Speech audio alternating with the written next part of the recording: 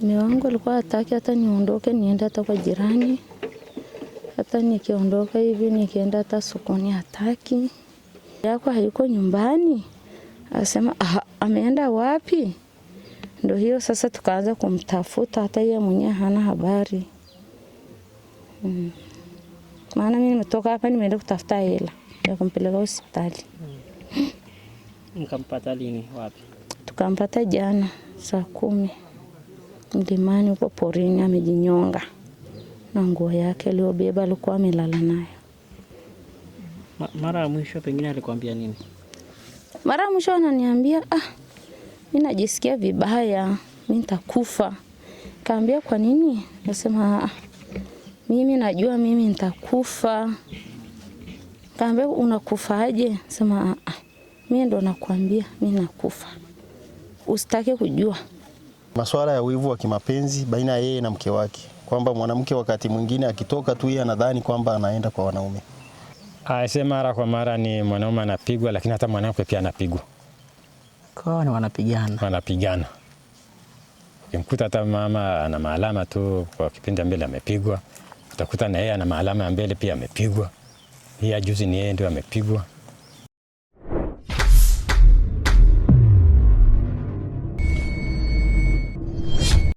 Ripoti ya kuhuzunisha kutoka hapa katika kitongoji cha Endakulanku, wilaya Babati, mkoani Manyara. Mwanaume mwenye umri wa miaka 50 amefariki dunia mara baada ya kujinyonga, sababu kubwa ikidaiwa ni wivu wa kimapenzi uliosababisha ugomvi baina yake na mke wake kwa muda mrefu. Mwanaume huyu alitoweka kwa takriban siku moja kabla mwili wake kupatikana baadaye katika msitu wa Bereko, na tumefika hapa HTM kwa ajili ya kufahamu hasa nini kimemsibu mwanaume huyu mpaka kupelekea yeye kukatisha uhai wake. Mimi naitwa Ama Pambishi. Mimi jana juzi tarehe 14 huyu jamaa anaitwa marehemu anaitwa Gwai Ama, niliambia kwamba amepotea muda wa saa 8. Alipopotea muda wa saa 8 mchana muda kama sikosei. Ikafikia hatua kwamba mimi niliitwa kama mwenyekiti wa kitongoji jana Jumapili tarehe 15, nilikuwa nachunga ng'ombe. Nikamwambia wananchi mimi nakuja. Mimi nitafika hapo tuweke utaratibu. Wananchi wengi wameshakusanyika maeneo haya. Walipokusanyika maeneo haya nikawapa majukumu. Nikamwambia jamani, kama mtu amepotea basi tupige mwano. Milimani. Ndio wakamkuta marehemu amejinyonga milimani. Okay. Ndio hilo. Nini hasa ambacho ni sababu hasa? Sababu jana kwamba askari walipokuja kutoa maelezo yangu. Walisema huyu jamaa kwamba tatizo lake ni kwamba ni swala la mapenzi na mke wake. Mara kwa mara wanagombana. Na mke wake. Sio kwamba ni uongozi wa mbele ulikuwa hivi.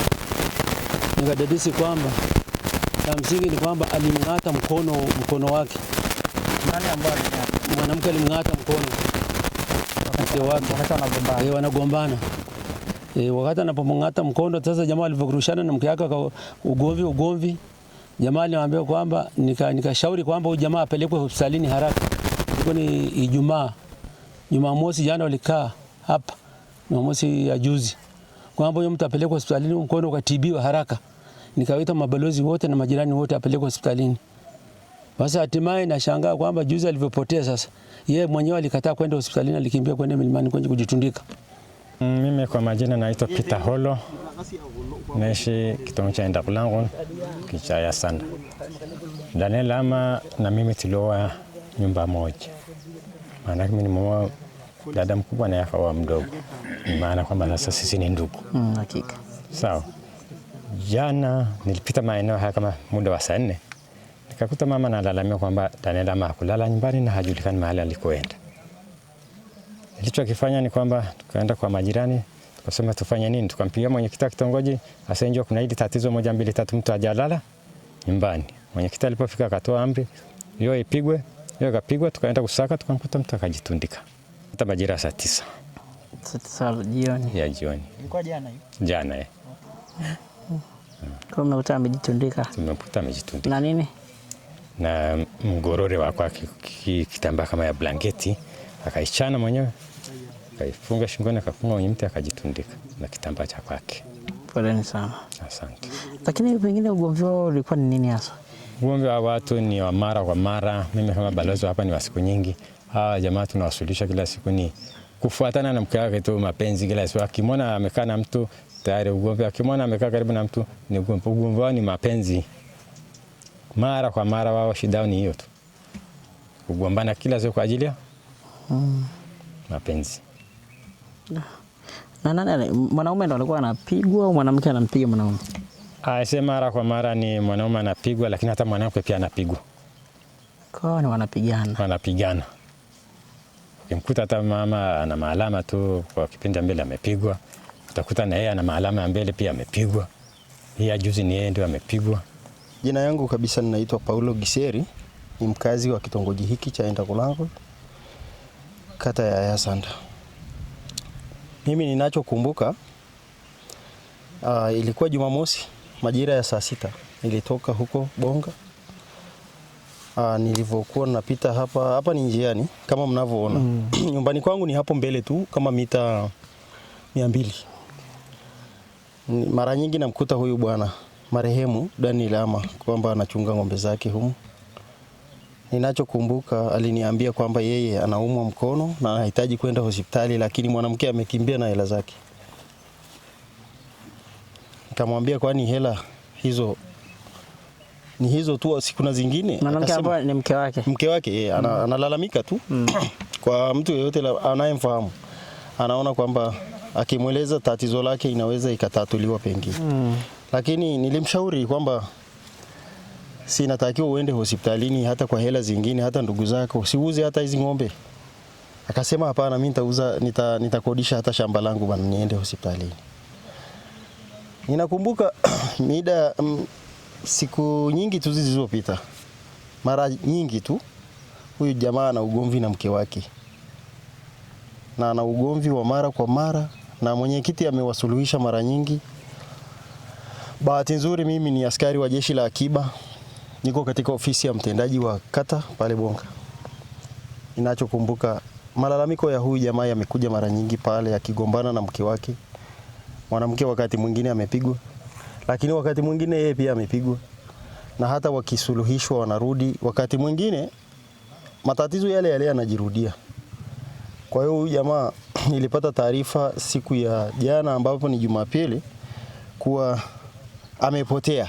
Sikujua ameelekea wapi, maana huwa anachukuliwa na ndugu zake kwenda kupumzishwa kidogo, walau aachane na hizi adha. Sasa nikafikiri labda amechukuliwa na ndugu zake, sikuitilia maanani, maana haikuwa wito rasmi kuhusu kwamba kuna mtu ametoweka tumtafute. Basi mimi nikiwa huko katika shughuli zangu nilipata taarifa kuwa majira ya saa 9 kwamba amepatikana amejinyonga katika msitu huu wa Bereko Forest. Na nilikuwa mbali kidogo, taarifa tu nilizipokea kwa simu kwa majirani. Nilipokea hizo taarifa kwa masikitiko makubwa kwamba mwenzetu amejinyonga na sababu kubwa ilikuwa ni huo ugomvi usioisha mara kwa mara, migogoro isioisha. Na nilichogundua ni kwamba huyu jamaa ana wivu wa kimapenzi. Ni masuala ya wivu wa kimapenzi baina yeye na mke wake, kwamba mwanamke wakati mwingine akitoka tu yeye anadhani kwamba anaenda kwa wanaume. Ilikuwa ni hivi tu. Mimi kwa majina naitwa Yohana Kwaru, ni jirani na pia ni ndugu. Marehemu ni mdogo wangu wa mama mdogo. Kwa hiyo ninachofahamu ni kwamba hawa ndugu walikuwa wako katika hali ya mashindano kati ya yeye na mke wake. Kwa hiyo mara kwa mara tulikuwa tunasuluhisha kama jamii na kama ndugu pia. Lakini pamoja na hayo, kitu kilichokuwa kinanishangaza ni moja, katika baina ya watu wote wawili basi hakuna anayepokea ushauri wa mtu mwingine. Kwa hiyo mara nyingi sana huwa wanaenda na vichwa vyao. Lakini kwa hali iliyojitokeza ni kwamba kulikuwa na huyu bwana, baada ya ugomvi walingatana wao wakiwa wawili, na baada ya kung'atana basi mmoja akawa ameumia sana. Kumbe alilala ndani, si hatuna habari. Kwa hiyo kama jirani mimi sina habari, kama ndugu pia sina habari. Lakini huyo bwana akawa kile kidonda kikao kimeoza kwa ndani. Toa usaa na maji. Sasa baada ya mimi kufika hapa, na ni bahati nzuri tulifika na mwenyekiti wa kitongoji. Mwenyekiti akaniagiza kwamba jamani, huyu bwana apelekwe, ikiwezekana mimi nakukabidhi kwenye nyumba, apelekwe hospitalini. Sasa aliponiagiza basi nikafanya kama alivyoniagiza, kwamba nikajaribu kuwapatanisha kwamba angalau huyu bwana tena wapelekwe wapi? Hospitalini. Tukakaa kikao cha kwanza, ikashindikana, mwanamke akasema yeye hana hela. Kikao cha pili basi kinako kikashindikana, lakini dawa akaenda kuchukuliwa. Kikao cha tatu basi ikawezekana, kwa sababu tumempata na mwanamke amekubali atoe hata 20,000 ya awali, na ndugu zake wote tukawa tunaendelea kuchangia ili huyu mtu apelekwe. Sasa kilichojitokeza ni kwamba ile ilipofika hiyo karibia saa 8 hivi, mimi sikuepo, lakini yule bwana ambaye alikuwa anataka ampeleke ikaonekana kwamba huyu bwana hayupo tena nyumbani. Kwa hiyo ikashindikana namna ya kumpeleka wapi? Hospitali. Imesemekana kwamba ni namna ambayo ilikuwa inazungumza, lakini haina ukweli zaidi. Wanasema kwamba mwanamke akasema ataenda kufufua ile kesi kama wewe utaenda kushuka. Kwa hiyo bwana akaogopa, akaenda kapanda mlimani, akaenda kujinyonga. Lakini mpaka sasa hata kufikiria ni kwamba kama jamii tulishakaa asubuhi sana hapa, na jamii kwa jumla wake, yani familia pamoja na jamii inayotuzunguka, tukakubaliana kwamba hatuna mtu mwenye wasiwasi kwenye eneo hili, kwa sababu huyu bwana akachukua kamba mwenyewe akaenda kujitundika mwenyewe, isipokuwa kisababisha ilikuwa ni hiyo kidonda, na kama ilikuwa ni hiyo kidonda isingewezekana huyu bwana kufariki. Kwa hiyo ikaonekana kwamba ni yeye mwenyewe, akili yake imemtuma, kwa hiyo akaenda kujinyonga. Lakini hatua tuliofikia pia tulikubaliana kama jamii kwamba mazishi yatafanyika Jumatano, kwa kuwa hatuna wasiwasi na jambo hili. Kwa hiyo kama familia hatuna wasiwasi na mtu yeyote, pamoja na kuwa makosa yalishajitokeza, na pamoja na kuwa yule mwanamke pia tumemwonya kwa hatua ambayo tulioifanya, kwa maana kwamba yeye kukataa hata ushauri wetu kwamba afanye hivi.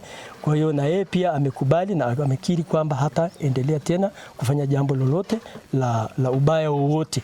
Kwa hiyo nimefikiria tuliofikia ni hivi.